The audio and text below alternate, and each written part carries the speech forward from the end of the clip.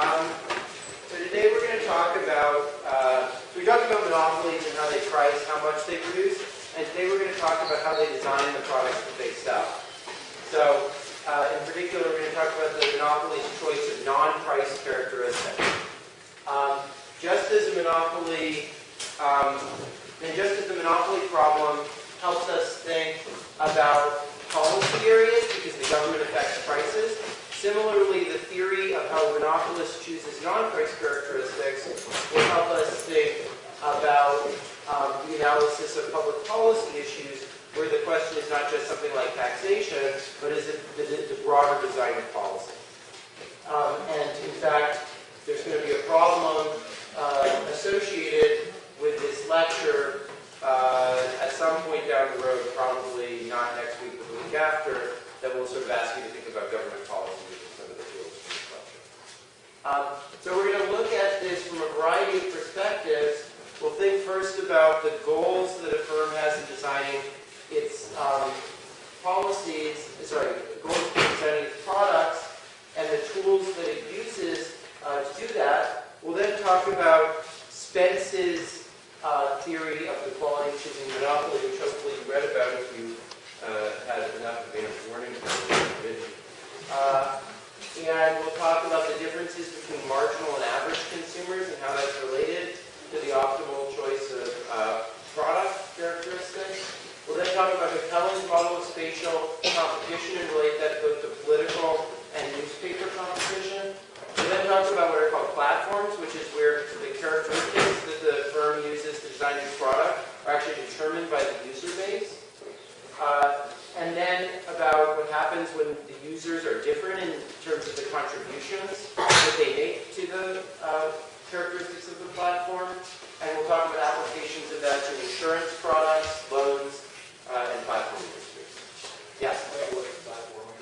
Platform is just a firm whose characteristic, it's going to be very, very clear in one slide, so let me just go through it.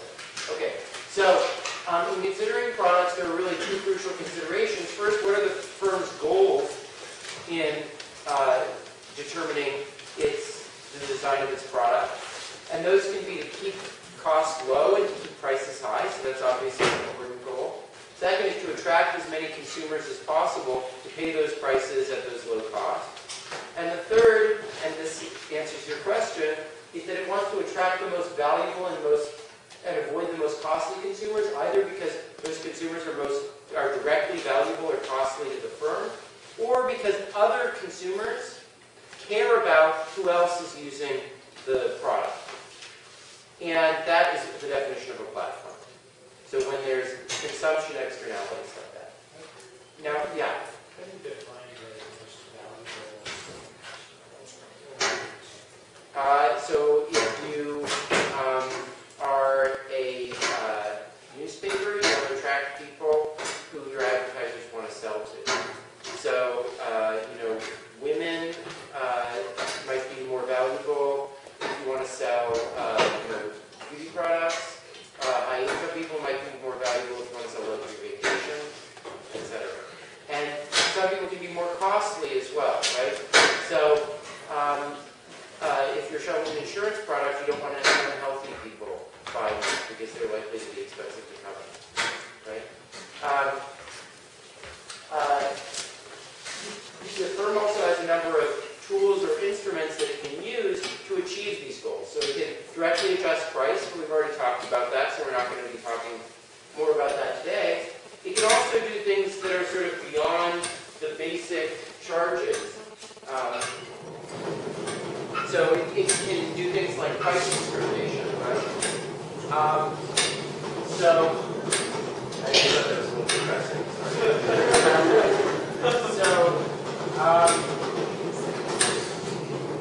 It can, and I won't focus that much on that today, but actually all the principles that I'm talking about today are going to be about sort of like non-price characteristics, but they're all going to be relevant to the decisions about discriminating among consumers in terms of pricing as well. And in fact, there's going to be a total symmetry between the logic of price discrimination, as you may have learned in the past, and many of the things that I'm going to be talking about today. And the firm might choose the range of products that it offers, not just the characteristics of an individual product. It might choose how high quality to make a product, how easy it is to use, things like that. You might choose what niche in the market to try to occupy. So like which types of consumers to try to appeal to, what market segment to try to enter. You might think about how to advertise its product, or which consumers to send marketing materials to, how to place its product in different television shows, for example, is one way of marketing the product. But also in the context of a platform, those consumers who are part of its goals are also going to be part of its instruments, right? So consumers in a platform both play the role of something that makes them more appealing to other consumers, and are the goal, which is to attract those consumers who are then valuable as this tool to attract other consumers. So today we're going to try to learn about how to use some of these instruments for the goals and what's the logic for talking about that. Okay, so a common way of dividing up instruments is into ones that are horizontal and vertical. And David Mallison? Is David Mallison here? No? Okay. Well, a vertical product characteristic. Does anyone else want to say what a vertical product characteristic is? Anybody else? Yeah, go ahead. Isn't it where it's a characteristic that everybody either thinks is good or bad? Yeah, that's right. So everybody agrees on whether it's good or bad. And price is the simplest example of a vertical product characteristic, but sort of any sort of thing you would call overall quality would also count as a vertical product characteristic. Speed of an internet connection, the level of insurance coverage, those are all vertical characteristics. And consumers may differ in how much value they put on them, but they all view it as positive. Adam Yavitz? Not here. Anyone else want to say what a horizontal characteristic is? Consumers don't agree with it. Yes, some consumers view it as good, other consumers view it as bad. So consumers often have what's called an ideal point. So that's like some ideal value of this, and they'll view any deviation to either side of that as worse. And we'll see a simple model of this below, but the type of thing we're thinking about is sort of colors, flavors, designs, styles, political bias, things that some people will view as good on the margin and some people will view as bad. But the truth is that this is sort of a very reductive way to think of things. In reality, most characteristics are what I would call diagonal. That is sort of, most people might view them the same way, right? But there will be some people who don't like them. You know, they'll have some element in which overall people like it better, but people may also to some extent disagree about how much they like it, or in sometimes view it as negative. So all of these things can be thought of as characteristics of a product, but really the key thing is not the product, as you noted. They're not really it's not really like there's a clean way to make distinction between the characteristics of the products. The key is, how are the consumers heterogeneous in terms of how they value these things? So a vertical characteristic is not really an inherent characteristic of the characteristic itself. It's rather that the consumers are not that heterogeneous in terms of the values that they have. On the other hand, a horizontal characteristic is one where people are very heterogeneous, right?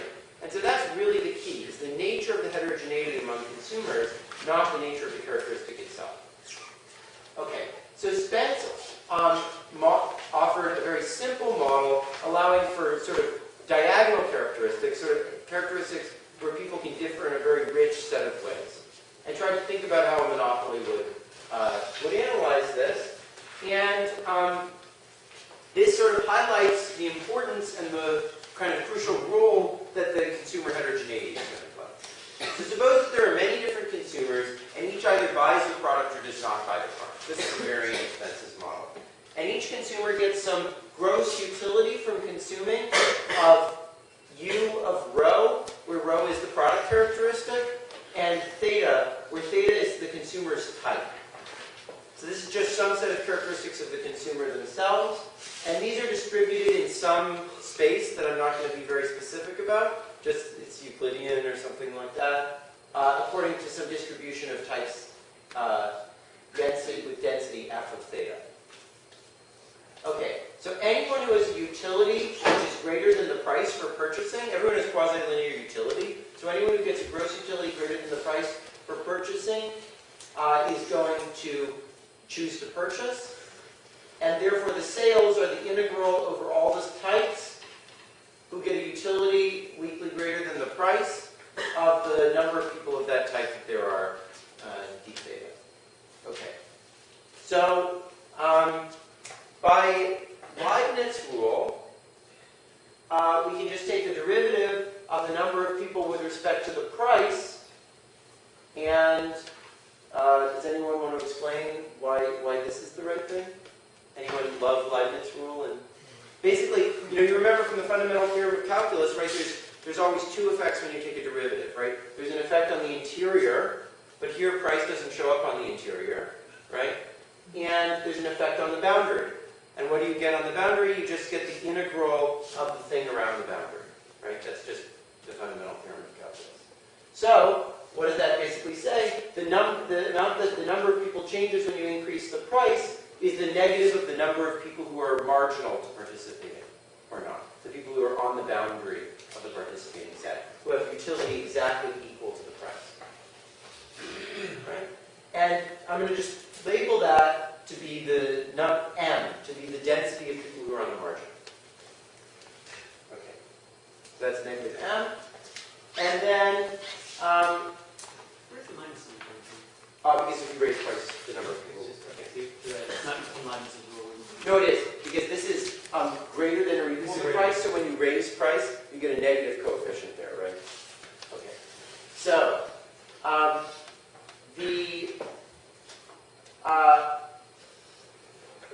by the inverse function theorem, then, we can say that if the number of people increases, the price is going to fall by 1 over m.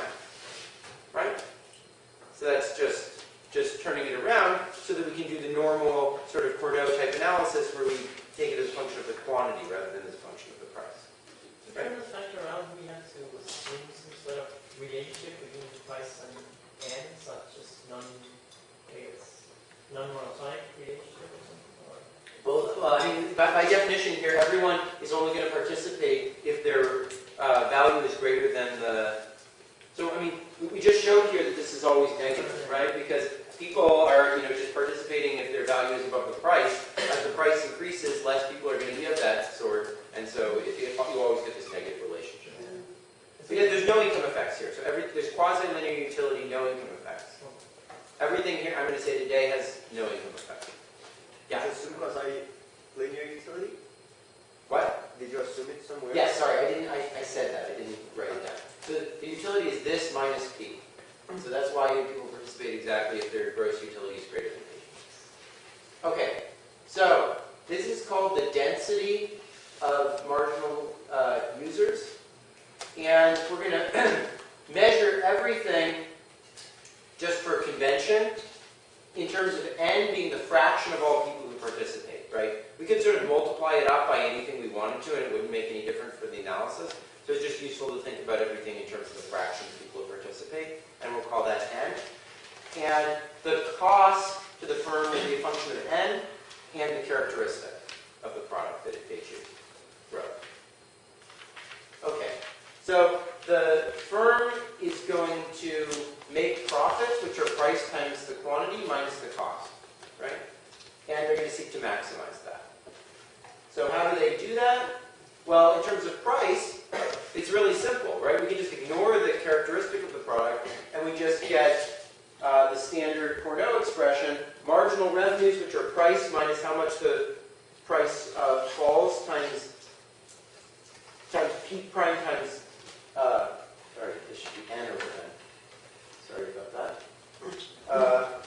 So this is how much price falls when the quantity increases times the quantity. And so that gives you just the standard Cordeau formula, marginal revenue equals marginal cost, right? Which we did in the other lecture. What's more interesting is what happens when we change the instrument or the product characteristic. So let's first think about what would be socially optimal.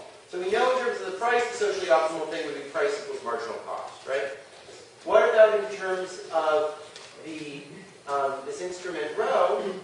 Well, the total social value, right, is the integral over all the people who are participating of U of the instrument minus the cost, right? So it's the utility that everyone who participates gets minus the cost of providing it to them. If we take the derivative with respect to rho, but we want to hold fixed n, right? We want to hold fixed the number of people. How do we do that? Well, we have to take the derivative using Leibniz's rule again. With respect, we have to figure out, when we raise rho, how much does p have to change in order to hold fixed n, right? And then we can just take the derivative by taking the derivative with respect to n,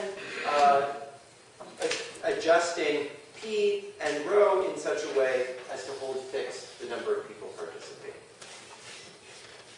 Okay. So,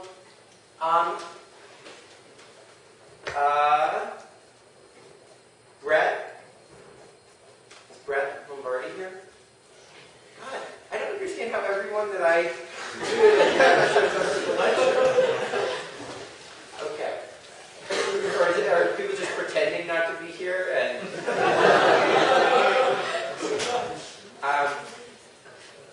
okay, so what we want to do again is we want to figure out, in order to hold the number of people participating fixed, if we increase the level of the instrument, how much does the price have to rise or fall in order to hold fixed the number of people, right?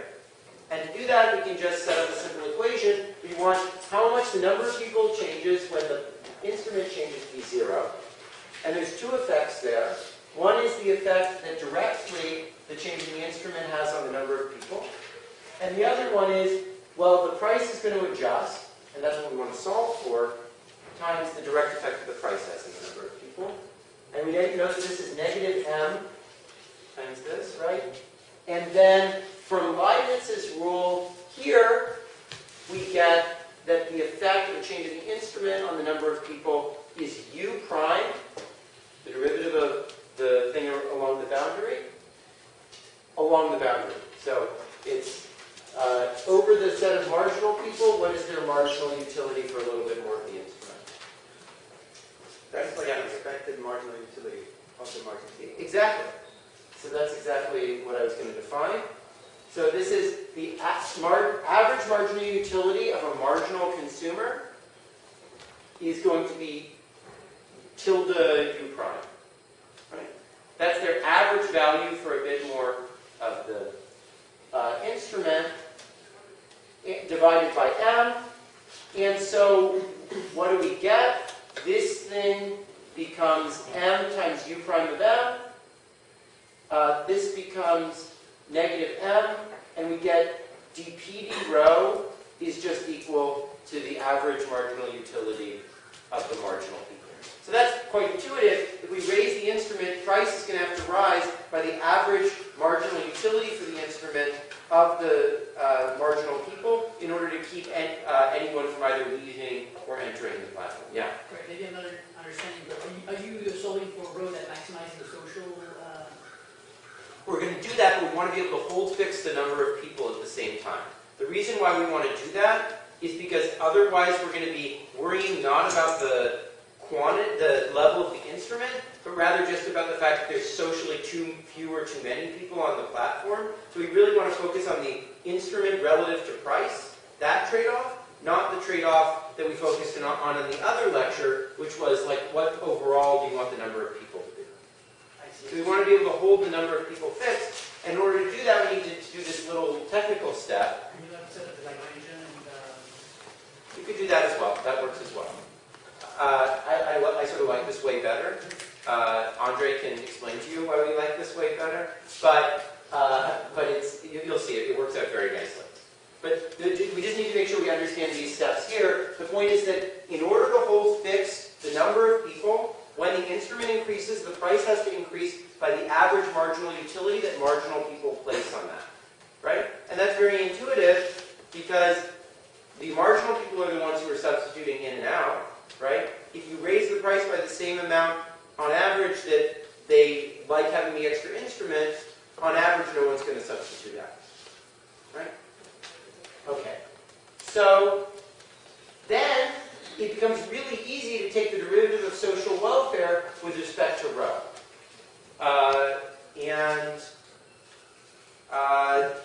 Sarojini, Rao? Yeah.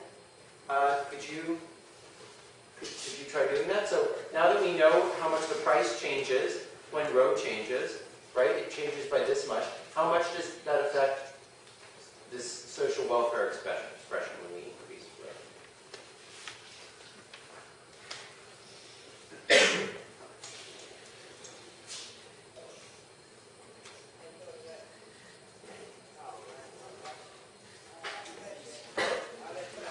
Anyone else?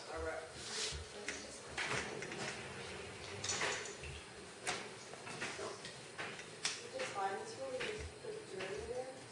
Yeah. So considering over you will get greater than p times 3 of rho equal all so on and so forth minus the derivative with respect to rho.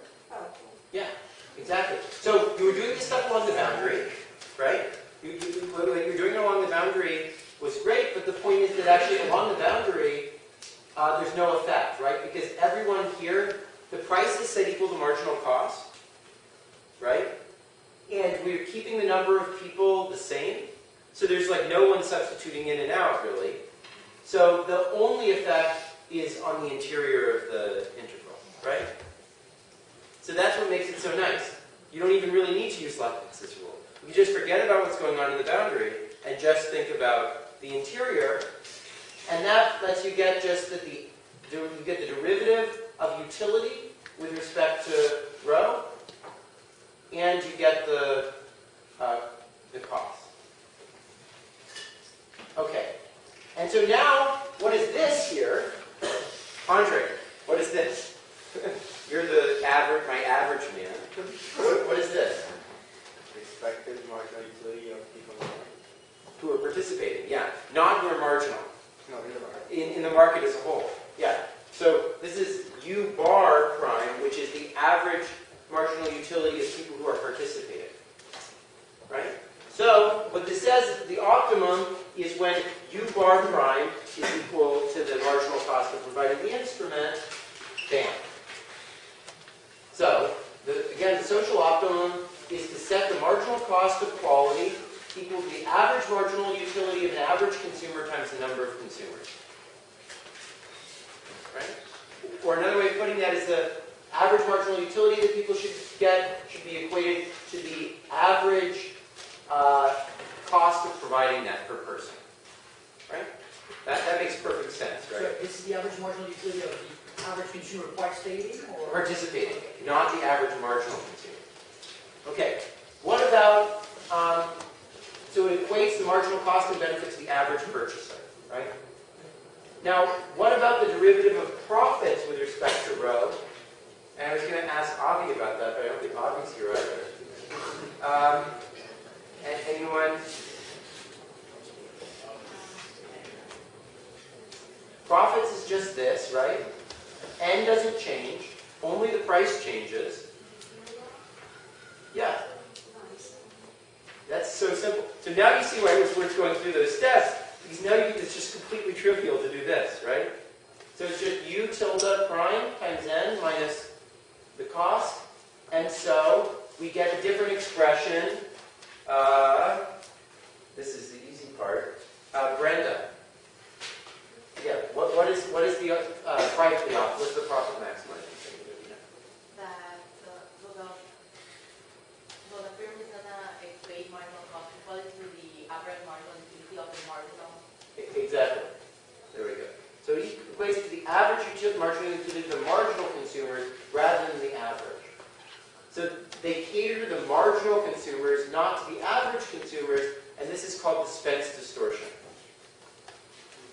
Monopolies distort quality by taking into account the preferences of marginal consumers, when it would be better if they took into account the preferences of average consumers.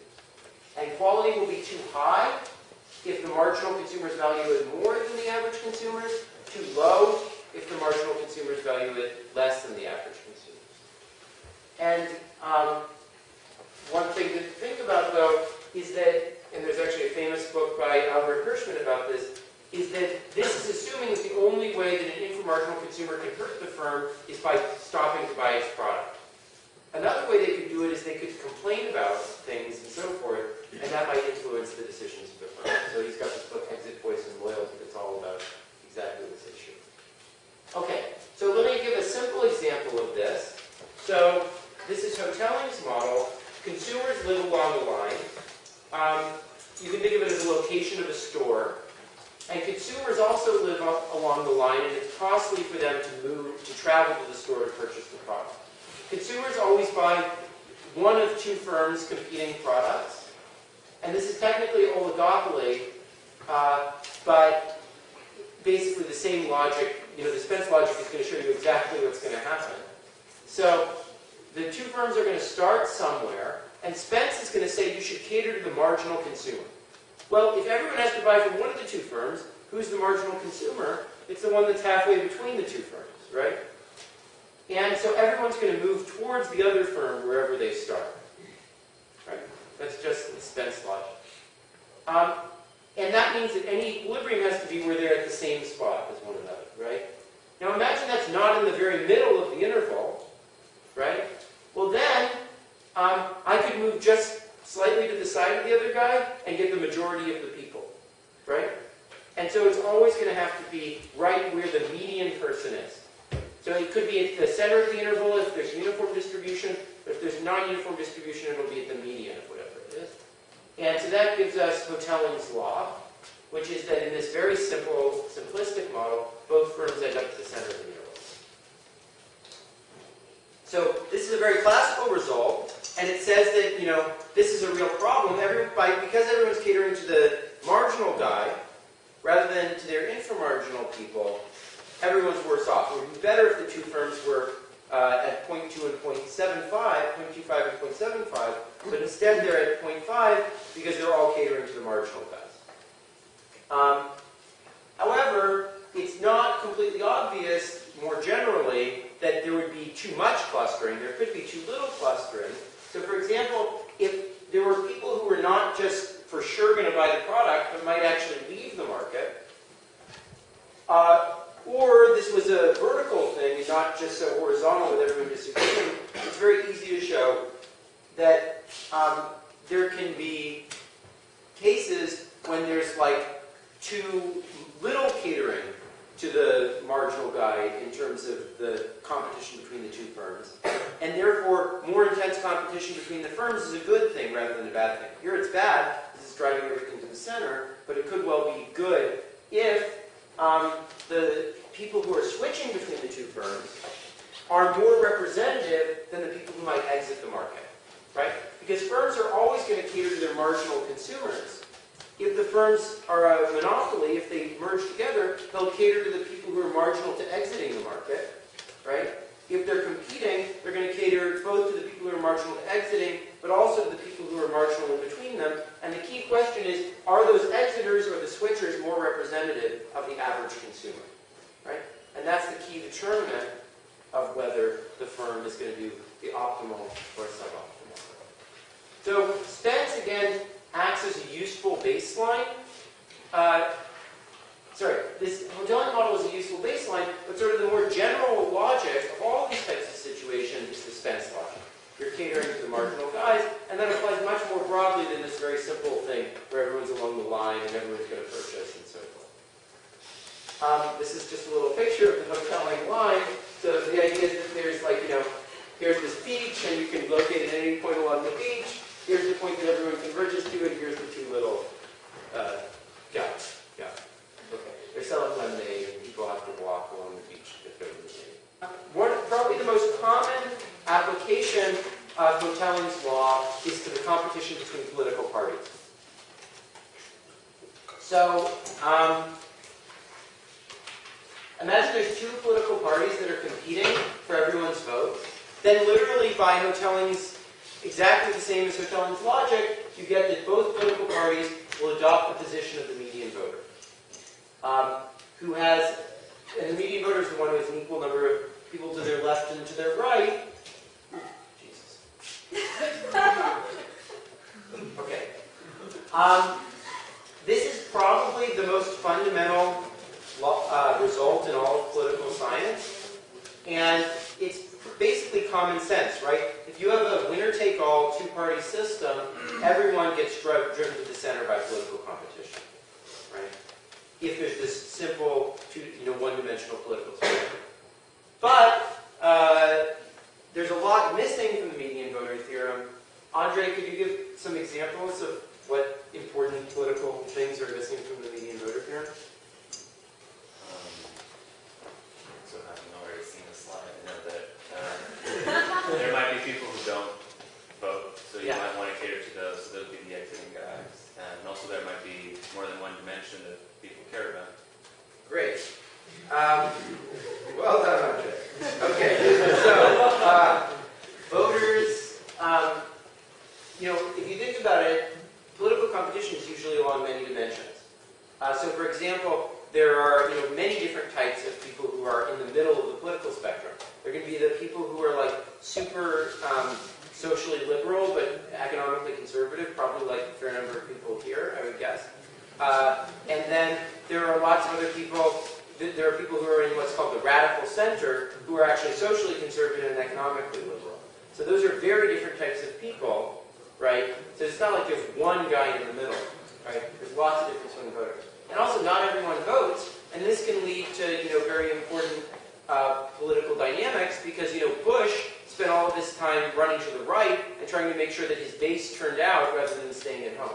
And so there's always a debate within parties: do you try to worry about the exiters, or do you try to worry about the people who switch between the parties, right? But the thing is that Spence's logic is much more general than this, right? So Spence's logic more generally says that you should try to appeal to whoever might switch out of your party or not vote at all, who would otherwise be voting for you. Okay.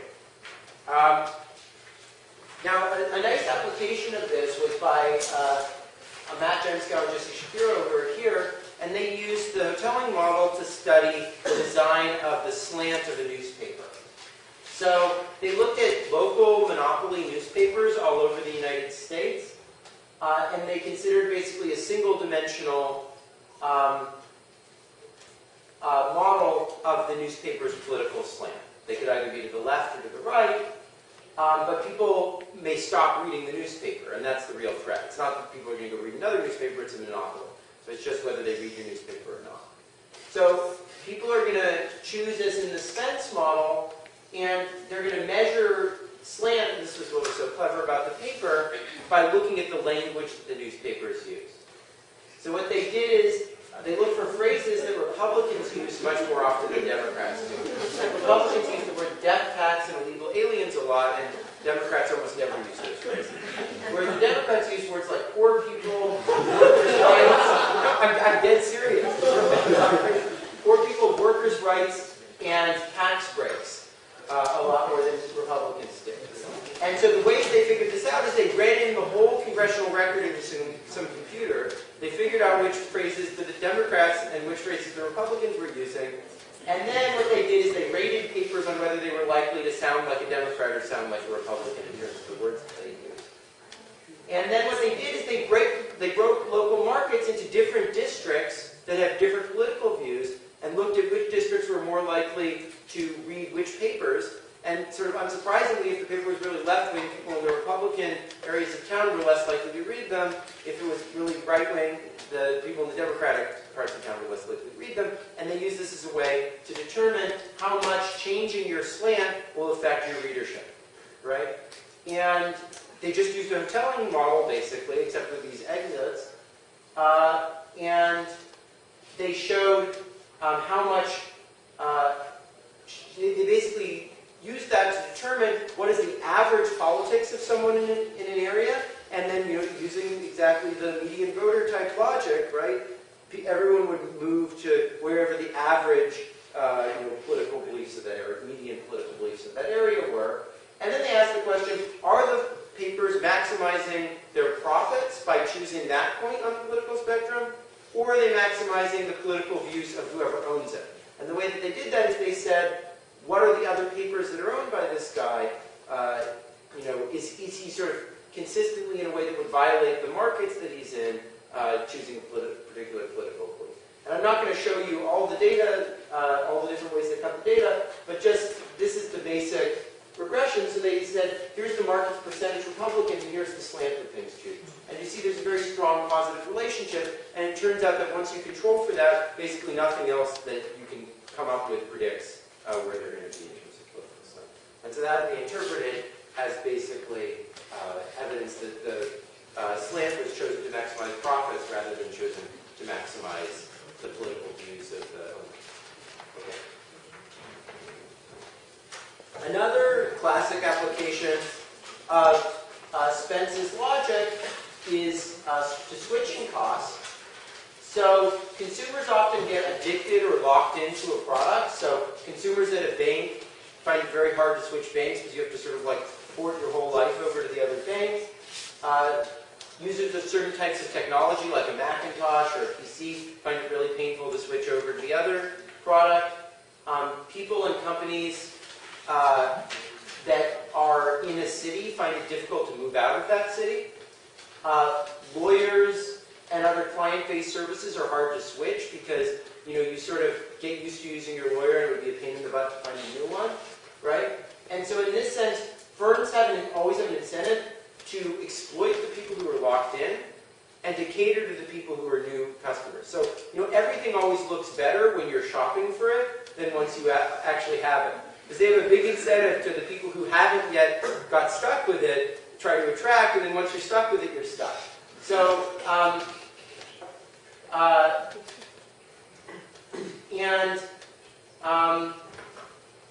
one check on this, though, of course, is that they want to make sure that you come back and buy again, and that you don't leave. They want to make sure that you don't leave bad reviews that will alienate the next people.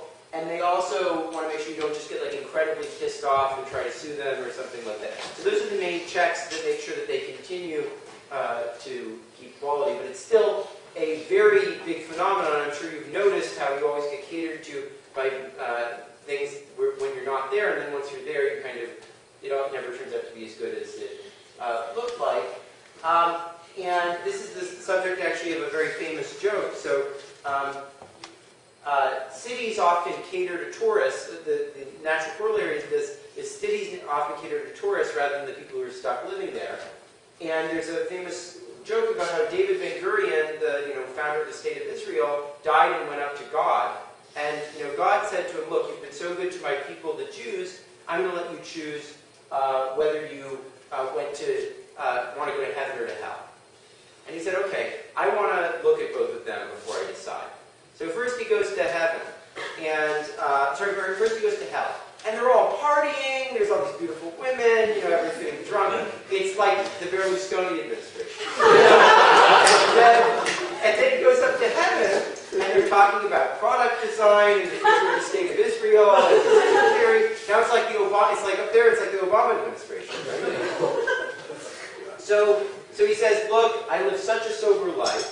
I did all this stuff for my people. I think I deserve some fun in the afterlife." So he decides to go to hell. And immediately they throw him onto the rack. They're pulling out his toenails. They're waterboarding him. Now it's like the Bush administration. And so the question is, so he says to Lucifer, what gives? I was here 5 minutes ago and it was so much fun. What happened? He said, well, then you were a tourist. And so that's the Spence distortion in action, right? Okay, so now let me talk about the idea of platforms. So in many situations, the characteristics of a product that are really most important are determined not by things directly under the control of the firm, but by who actually ends up using the product, right? So in this case, the consumers are going to both serve as consumers, but also as producers of the value of the product. And I'll therefore refer to them by the slightly vaguer term users rather than consumers or producers, right? So that'll capture both. And when user generation of the value of the product is important, I'm going to call the monopoly a platform. Another terms that other people use for these are two-sided markets and networks, but both of those also refer to other things. So I'm going to just stick with the word platform. So platforms, there's tons of examples of platforms, and they're an increasingly important part of the economy. So some include media platforms like newspapers, television, websites. All of them have, readers who they're trying to attract in order to be valuable to advertisers, right? So like most of the value that allows them to make profit is what's going on with other people who are participating. Payment platforms is another example. There's, credit cards, debit cards, PayPal. They need people who can both accept those forms of payment and to use them, and each group is part not just of generating profit for them, but of attracting the other group who they can generate profit off. Operating systems are another example. So smartphones, video games, any other sort of technology platform has people who have to develop applications for them, but they also have people who use the system. And both are both a source of profits directly, but also a source of attracting the other group. Transaction platforms are another example. eBay, financial markets. In financial markets, people who bring a lot of liquidity are valued a lot by the market, not because of the direct money they make off of them, but because they help bring in less liquid mutual funds, etc. Other examples include all sorts of dating platforms, dating websites, dating clubs, yellow pages, shopping malls, and many other examples. Yeah, go ahead. Everything seems to be a platform, so why not? Give me an example. Well, that's an excellent example. That's an excellent question.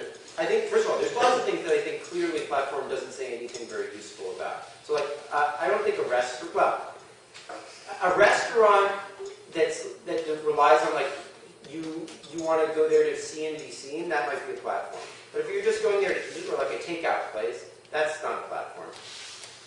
I mean, in other words, who's going there does not really affect whether you want to go there, right? I mean, most consumer products are not platforms. Like, water bottle. I don't care who else is, using this type of water bottle.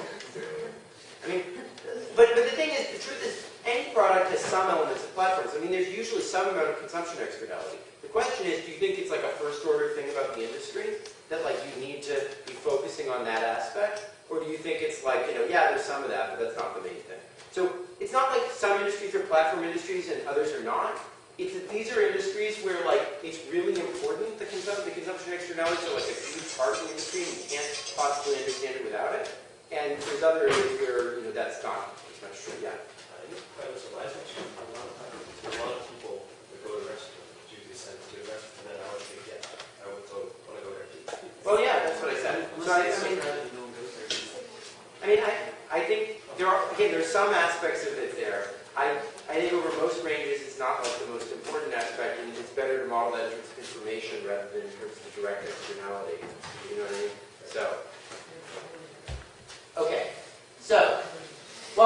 So if everyone thinks everything's a platform, that's all the more reason why we should think about platforms. So let's do it.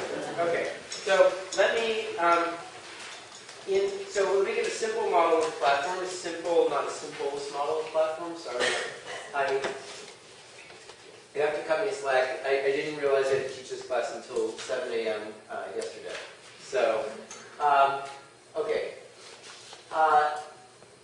I want to take sort of the simplest model we can do of a platform to start with.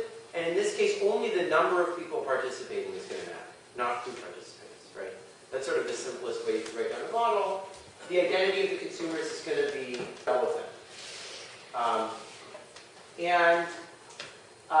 That's going to be problematic for thinking about any of the type of applications I was talking about before, like newspapers, because obviously, like whether it's another advertiser or whether it's someone who's reading it matters a lot to whether the advertisers want to participate. But I think this will show you the basic logic, and it will be pretty easy to generalize once you see sort of how it works. It might be relevant for maybe a telecommunications network that just matters how many people are involved.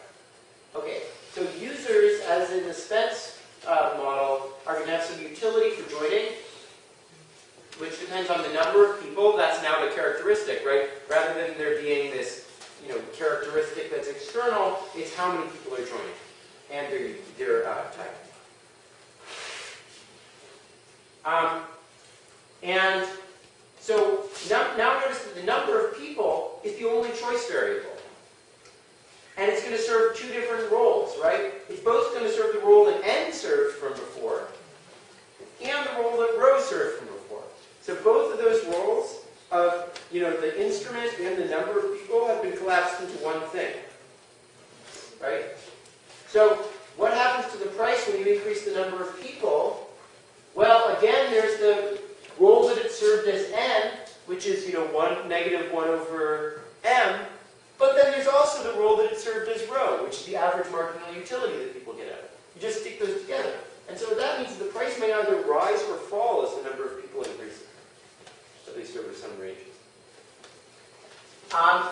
And one interesting implication that has, which is actually in a paper that Gary wrote, is imagine you can't actually sell more of the good, but just how many people want to buy the good has an effect on your utility. So that's a little bit like the case you were talking about, but not informational. It's just directly. You just want to be doing what's popular. Then actually, you might not raise your price, even though you have excess demand, because it would reduce the number of people, and then that would, lead you down to a bad equilibrium, right? Yeah, Andre. Is that like the social multiplier of Becker when you have possibly sold? It's exactly the same thing. Well, I'm writing it in a different way, but my work on platforms, which this is going through, is basically very much related to Becker's work on this sort of stuff. Yeah. So you're assuming that the utility increases the more people there are? Not necessarily. It could decrease. But if it's negative, then it's... Well, then it's down. Yeah. Then everything's fine. So if there's congestion rather than positive externalities, you're absolutely right. So this could just be increasing even more rapidly then. Yeah. So for everything else, to do all the analysis, all we now need to do relative to the Spence model is just collapse the two things together.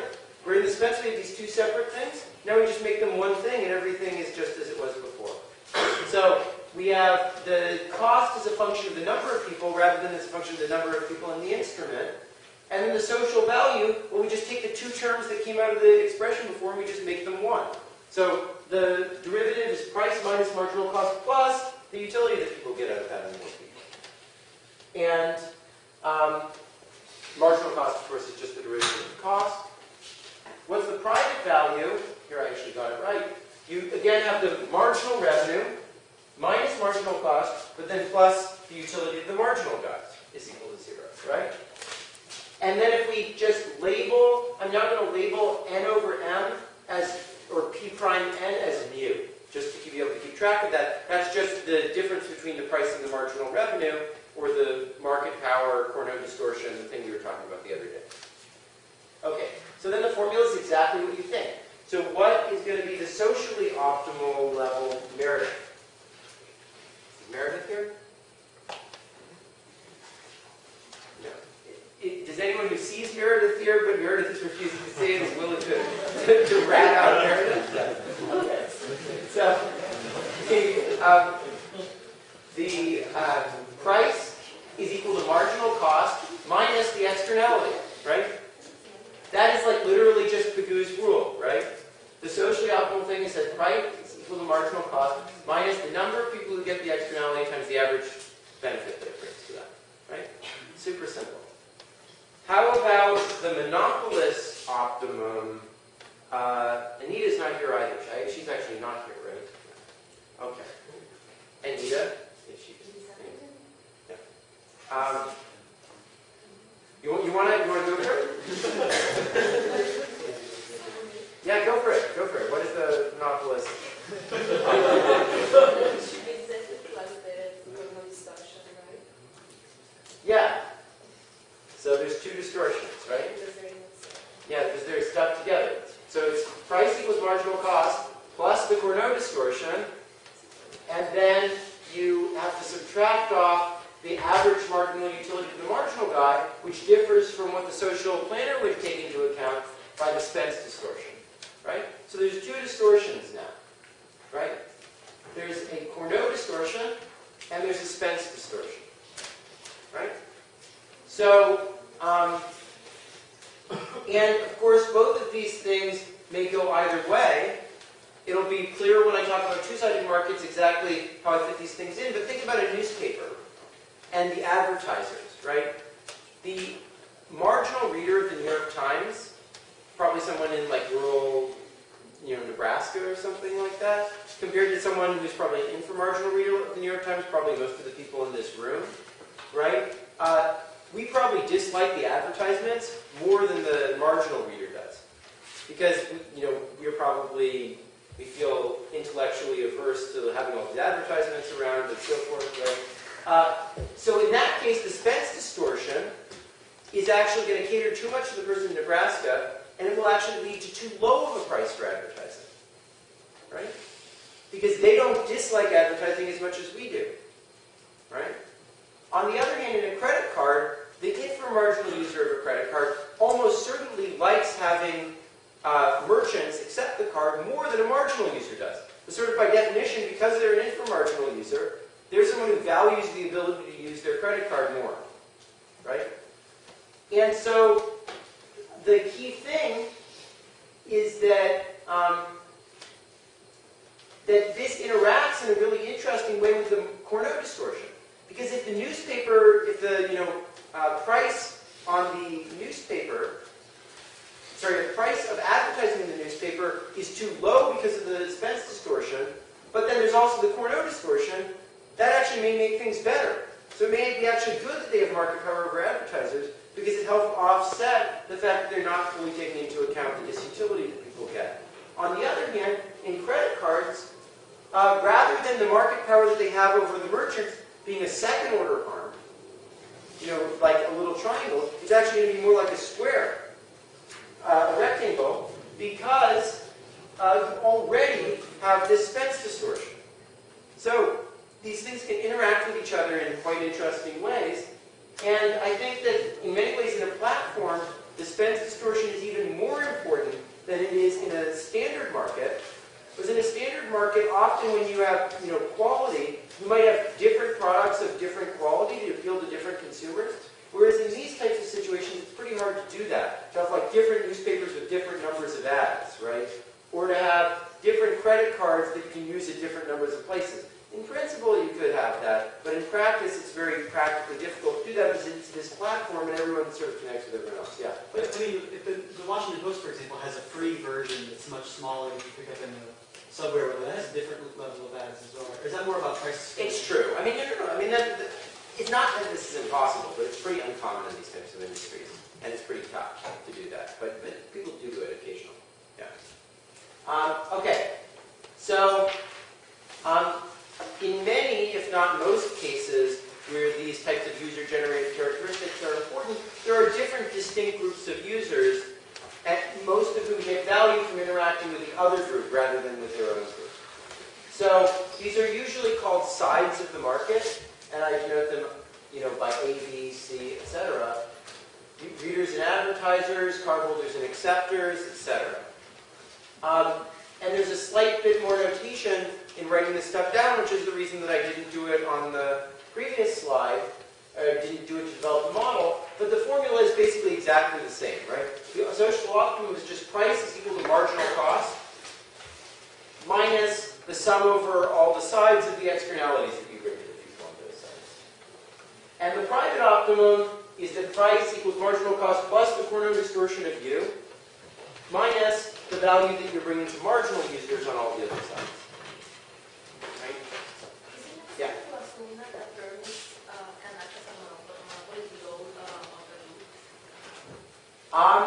Well, so as we talked about in the earlier lecture, right, the monopoly model can be applied to any case when you have a residual monopoly. So as long as the firm has some market power, this is a useful way to go about it. But the welfare effects can differ quite a bit if you are taking people away from another firm.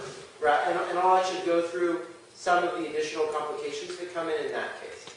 But I think to a first approximation, think about the hoteling example. There people were competing, but the same basic logic applied, right? And so in many cases, even though people are competing, along your residual demand curve, you still have some downward slope, and so you sort of act like a monopolist. Okay. So users often care not only, another mistake, not only about the number of people, this is right. In the model that I just presented, everybody cared only about how many people were participating, not who was participating, including in this model. Even though I broke it up into distinct groups, within each group, you cared only about how many people were participating, not who was participating.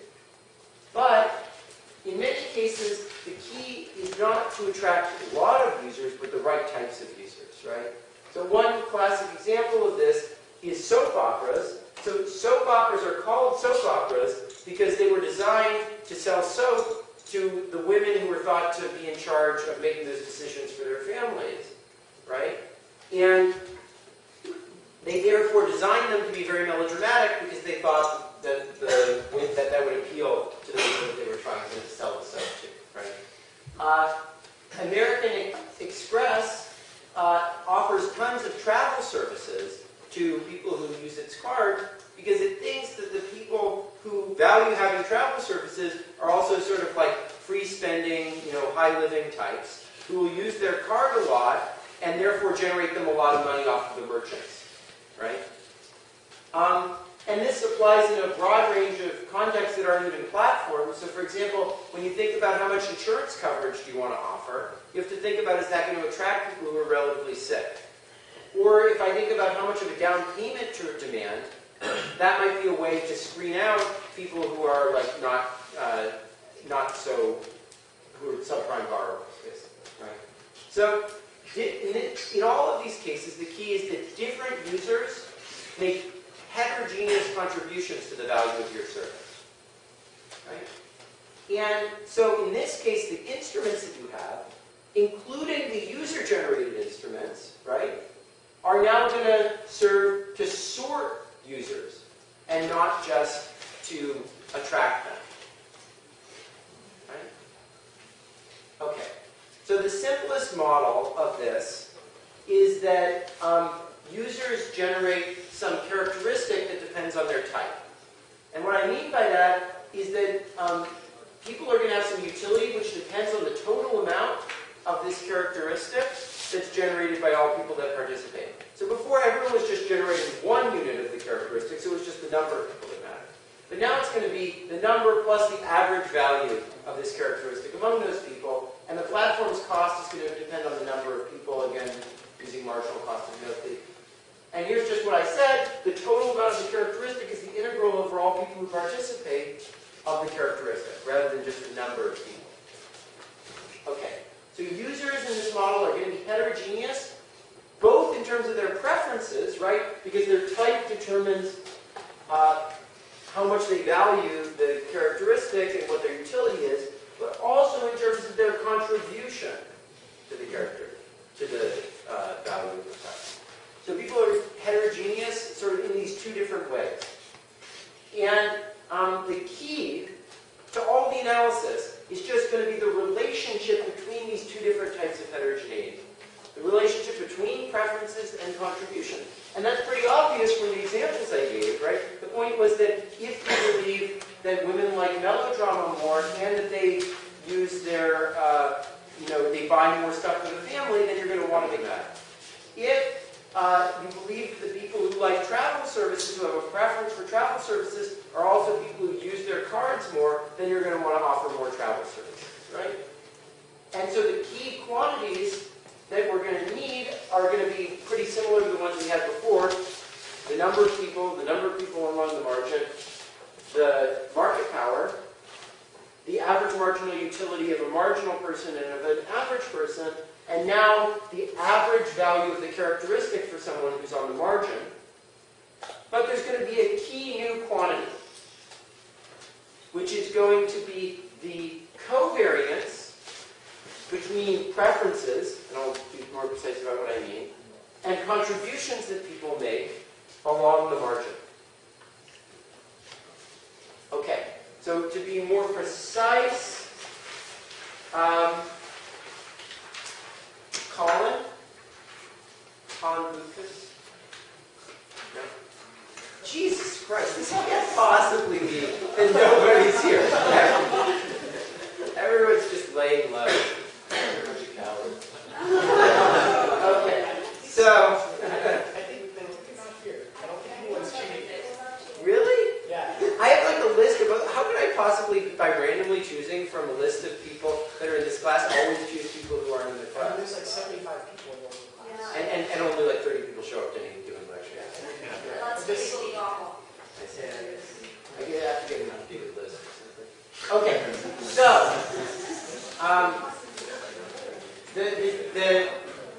what I mean by this is let's call sigma the covariance along the set of people who are marginal, who are indifferent between consuming and not, whose utility is equal to the price, between the marginal utility that they get and their value of the characteristic.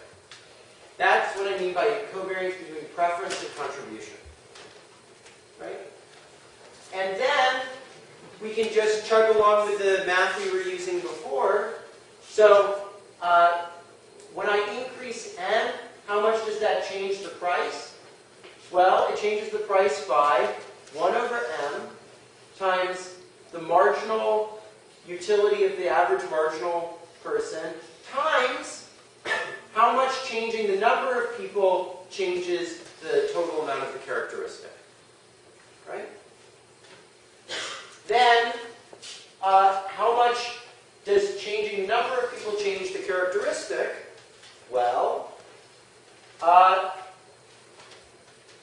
it reduces it by the number of people along the margin times their average value times however much the price has to rise when the number increases, or however much the price changes when the number increases. He's going to increase it by the number of people along the margin times, and this just comes out of Leibniz's rule, right? The marginal utility of people times their contribution, the average value of that, times how much changing the number of people changes the characteristic. Because if changing the number of people changes the characteristic, right, then that's going to attract people proportional to their marginal utilities, and they're going to contribute the amount of the characteristic. So this is basically, it's going to select in the people who value it the most. So that just comes out of applying Leibniz's rule to this equation. If it changes the total amount of the characteristic, we get u prime times k along the boundary. Right? Andre? The big tilde is just the two things with tilde multiplied. No, it's the average value along the margin of the product of these two things. That's going to be crucial. It's not each thing tilde, it's the average value of the product of those two things along the margin. But that's how we're going to get our covariance. Okay. So, notice how we're going to solve this, right? This should be pretty simple. We can now bring this over to the other side and divide through, and then we just need to figure out what dpdn is, right? Okay. Well, we know that dpdn is just this expression here, right? So we can substitute this dpdn into this expression, right? And what do we get? We get that dkdn is equal to k tilde, because you get that out of the negative 1 over m there, right? Times m times the difference between this tilde u prime k and u prime tilde times k tilde. But what's that? Well, you know from your econometrics class, right, that the expectation of a product minus the product of the expectations is the covariance, right? And then we multiply that by dkdn, and so we can just replace this thing in here with sigma from above, right? And then we get dkdn is equal to k tilde plus m times sigma times dkdn. Bring that over to the other side, and we we get dkdn is equal to k tilde times 1 minus, divided by 1 minus m times sigma. And then we can substitute in, we get dpdn is equal to negative 1 over m times k tilde u tilde prime over 1 minus m sigma. And the basic intuition of this is that if sigma is positive, bringing in more people, which brings in more of the characteristic, then attracts and sorts for more people of that type. More people with higher characteristics, if sigma is positive. And let me see. An example of that might be, you can think of the telephone network. You can imagine there being two different ways in which people along the margin can get it. It could be that there's the popular kids and the losers along the margin, so that the popular kids are going to most value using the phone, or having more people use the phone, because they talk to a lot of people, but they're also going to be the best people that everybody else is going to want to get on the phone, right? Whereas the losers are going to be low on both of those things. Then sigma will be positive. On the other hand, imagine that it's telemarketers versus grannies that are the people. Well, then the people most value getting on the phone are going to be the granny, but she's not going to want to use the phone very much, and she's not going to value very much having other people use the phone. But the telemarketers are going to be the ones who value most people using the phone, but they're going to be the ones that people least want on the network, right? And so that's going to determine whether sigma is positive or negative, whether bringing in more people sorts for better people or for worse people. And therefore, whether this thing is self-reinforcing, in which case it blows up the value of that expression, or whether it's self-defeating, in which it reduces. And the point is, this is sort of like an infinite series, right? Because it's like you bring in more of the characteristic, that sorts for people, that brings in more of the characteristic, that sorts for people, and so forth. And that's why you get this 1 over 1 minus that, because that comes out of an infinite series. And so what we just get is that the social value, the derivative of the social value is again price minus cost times however much the characteristic is changing, and that value for all the inframarginal guys, so you just get this expression here. And the derivative of profits with respect to the number of people is going to be price minus the Cournot distortion minus marginal cost times the expression for the average marginal person. And this gives you very simple optimal pricing rules. So the subsidy that you give, the amount that price is below marginal cost, in the social planners is equal to the average characteristic of the marginal guys times the direct externality they bring divided by 1 minus this sorting effect, right? So it's multiplied up by this multiplier.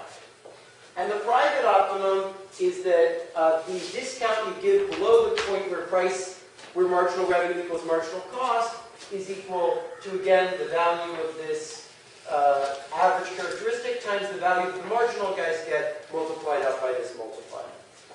So the spent distortion can either be mitigated if this is negative or magnified if this is positive by this additional effect. And notice that if these two dimensions, if the preferences and the contributions are not correlated with one another, this whole multiplier goes away, and you just get back to the simple formula, except that you have the average value of the marginal value. So the key feature here is not that there's heterogeneity in people's contributions. It's that there's heterogeneity in people's contributions which is correlated with their preferences. So the key is not heterogeneity in contributions, but covariance between contributions and preferences. Okay. So a very nice application of this was given by Einov et al. 2011, which shows how this logic applies outside of the platform context. It's really relevant whenever there are different consumers who bring different value to the firm.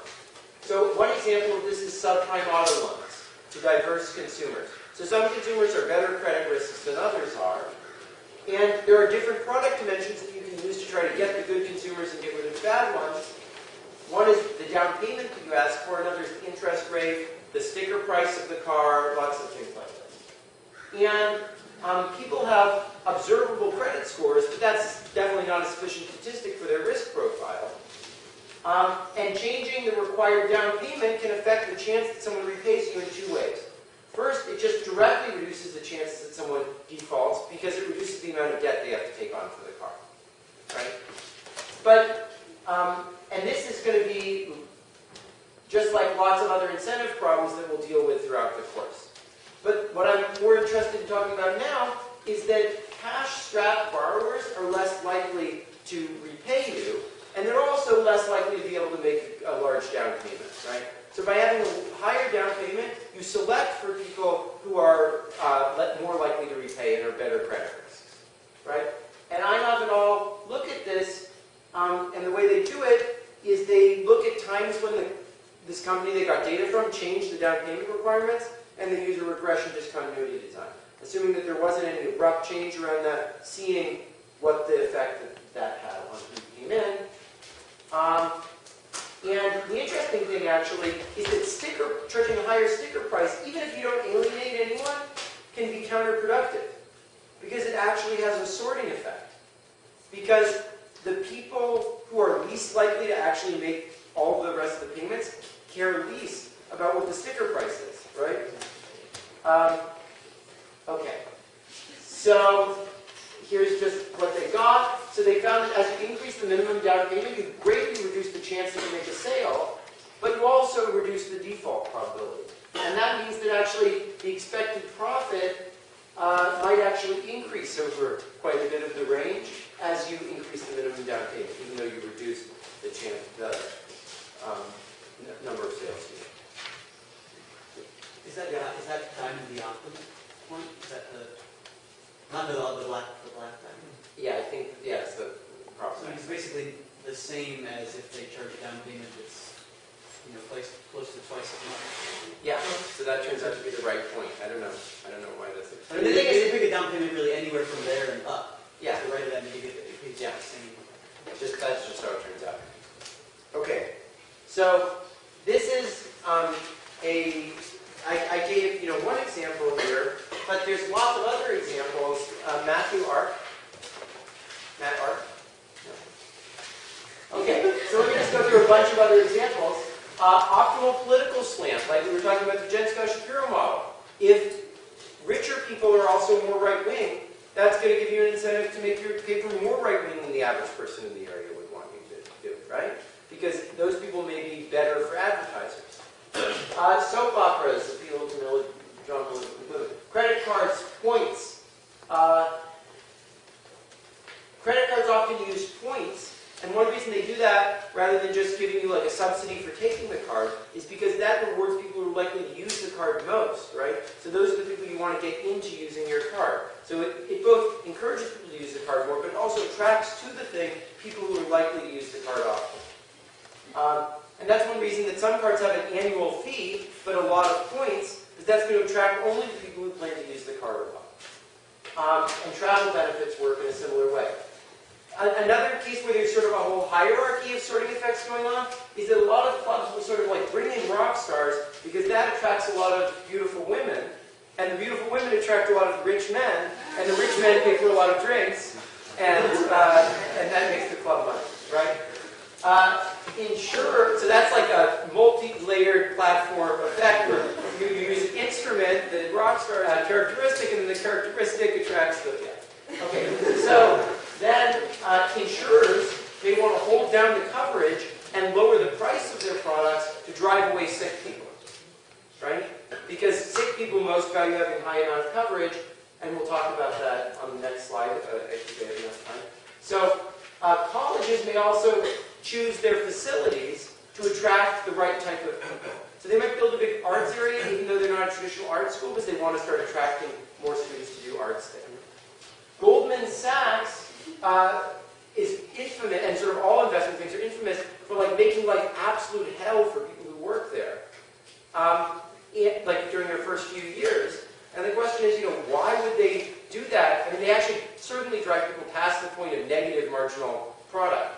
Because people are like working till like 2 in the morning. If you just like let them get some sleep, they're going to be infinitely more productive than like screwing everything up at 2 in the morning. But I think the reason they do it is they don't want people who aren't like incredibly dedicated to investment banking in the firm. So they try to drive them away by driving them crazy. Right? So intellectual property is a useful way to reward innovations. This is my job market paper actually. Because intellectual property is most valuable to products that actually expect to have a large market for them. If you just gave out a prize, you might not attract the best products, right? Because the prize, is not more valuable to people who are expecting to be able to sell more. Intellectual property is, so it helps sort for the right types of products. And I'm working with Jean Tirole right now and thinking about how competition policy might be more harmful for the bad products. And that's the reason why you use competition policy, to keep out of the market firms that are just copying. Yeah, Maria? I just have a quick question on the distortion. Well, like referencing the equations you got for distortion. How would that change if you were talking about a market where like the company tries to like separate people into 2 separate categories? I don't know if Aaron was bringing this up with like Washington Post, but like for example, Hertz is trying to acquire Dollar Thrifty, and like those are 2 very different companies. You can argue that they're trying to like separate like the people who are looking for more luxury cars, nicer service. That's a good question. Is it the distortion's going to change? It's going to be different. Yeah. I mean, it's going to be a bit different. You can use sort of similar approaches to think about it, because you can sort of think of the relative price that they do for like different levels of quality as being sort of like another instrument, and you can use the same sort of logic to think about it. The actual conclusions you're going to get out are going to be quite different. Industrial policy, similarly, is going to be valuable to the extent that you're able to target the firms that generate the most inframarginal surplus, and harmful to the extent that you don't manage to do that. So I want to give just one example, because this may or may not be relevant to a future problem set, about the Rothschild-Stiglitz model. So this is a model about insurance. Patients in this model differ only in their degree of health. This is the classic Rothschild-Stiglitz model.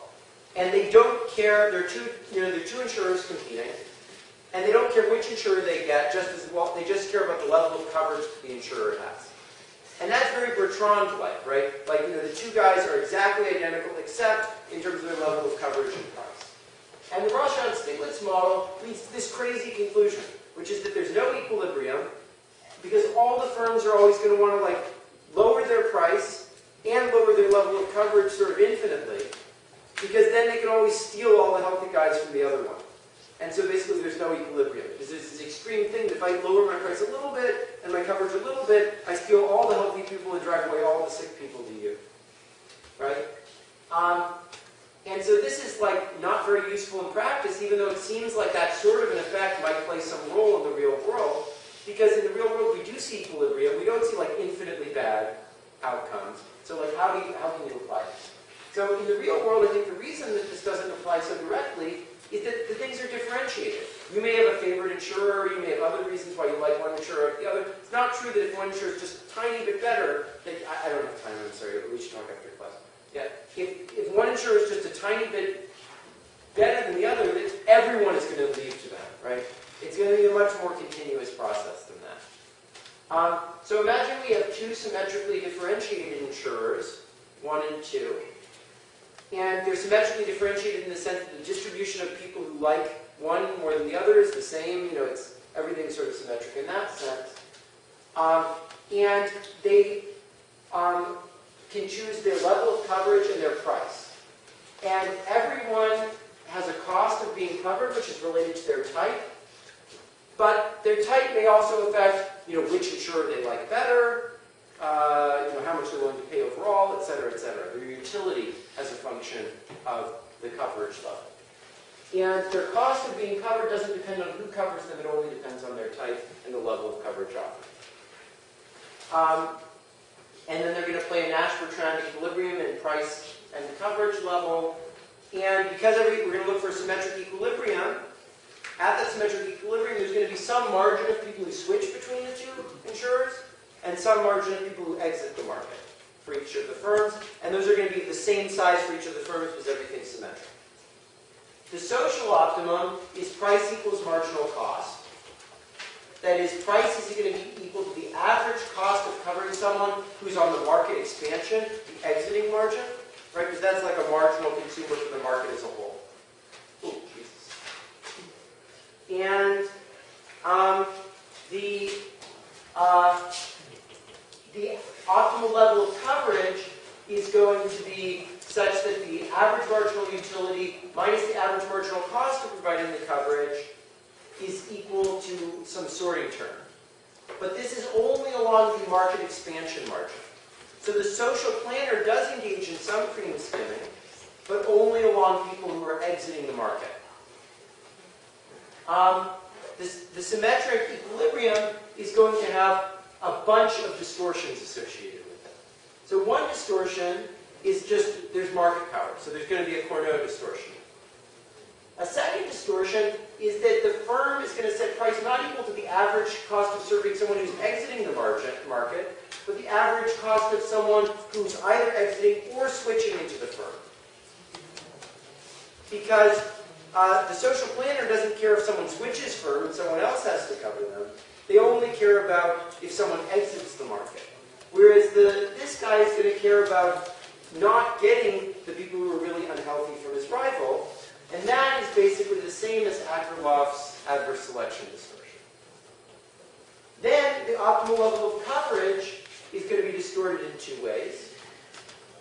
Rather than taking into account the marginal value to the average insured person, you only take it into account for the marginal person. Right? That's the Spence distortion that we talked about.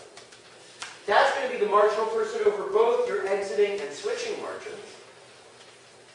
Then he's going to do the optimal sorting, but there's going to also be this Rothschild-Stiglitz cream skimming distortion, which is that if I lower my coverage, if I raise my coverage, if I lower my coverage and attract by that way the good people away from you, if I skim the cream, that doesn't matter from a social perspective, but from my private perspective, that's great, and it incurs an externality on you, and that's the reason why there's a cream skimming distortion.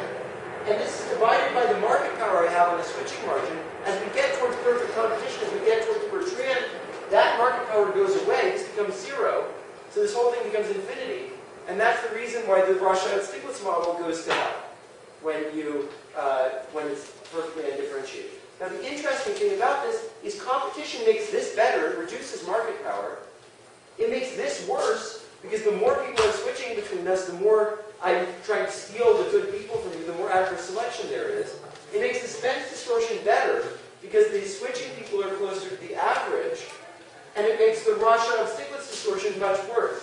So competition has all these different, potentially offsetting effects on what happens. And I'm way over, so thank you guys.